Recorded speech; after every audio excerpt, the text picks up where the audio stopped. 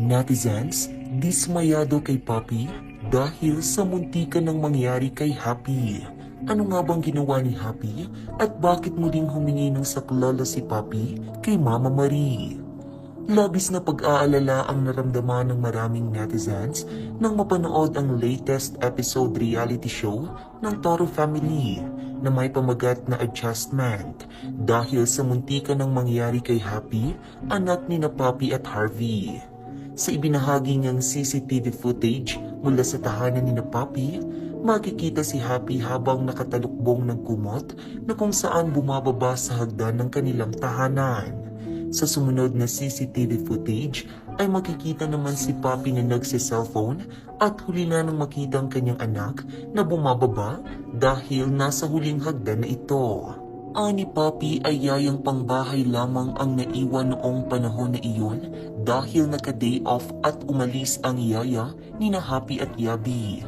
Makikita rin sa CCTV footage na nagpapadede ang yaya kay Dodong habang nagse-cellphone kaya hindi nito namalayang bumaba na nakatalukbong ng hagdan si Happy.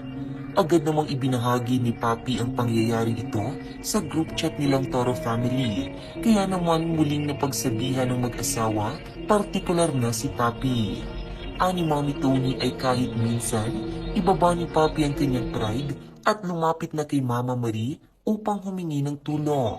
Maging si Harvey kasi ay aminadong hindi nila kaya ni Papi na tutukan ang kanilang anak dahil sa may kanya-kanya rin silang obligasyon.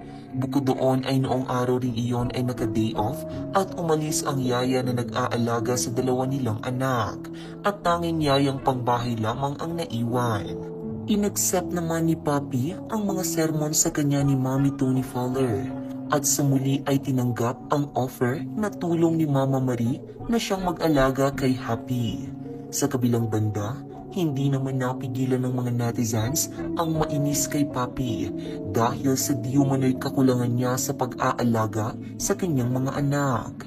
Tila kinain rin daw ni Papi ang mga binitawan niyang salita noon kay Mama Marie matapos nilang magkatampuhan dahil sa mga bata.